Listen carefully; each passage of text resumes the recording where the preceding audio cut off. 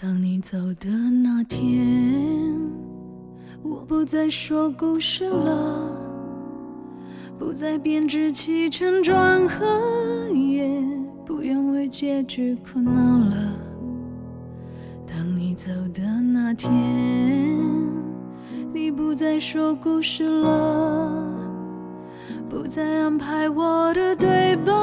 也叫我别再中迷了。于是偷走令自己大笑的故事，于是偷走令自己伤心的故事，而我总任性的对别人骄傲的说着，口沫横飞，生动的像我们一起走过的，本可那样幸福的。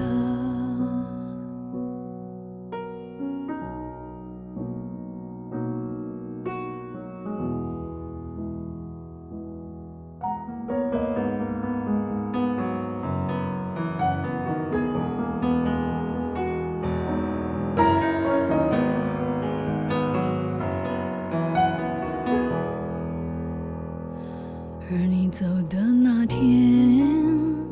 所有观众随你走了，听着既然无心听着，说着当然也无意了，应该要一一道歉。我不该偷故事的，是你让我的精彩空了，而想念让人变狂了。于是拼凑了别人伤心的故事，于是粘贴了别人快乐的故事，而我总练习着如何骄傲地说着，同时不再情绪化地为偷窃行为负责，因为爱是贫穷的，为我的无力道歉，我道歉，我道歉，为我的虚荣道歉，我道歉，我道歉。像每个语言说的，贪婪是有代价的，我拥有超过我能承载的，你连结局也不留了。于是偷走令自己大笑的故事，于是偷走令自己伤心的故事，而我总任性的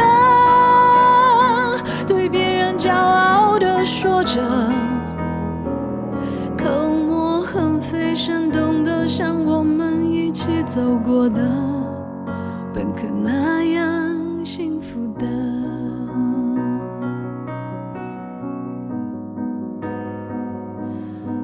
我道歉，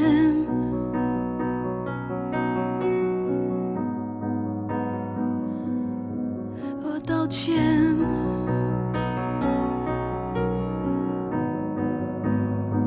我不该偷故事的。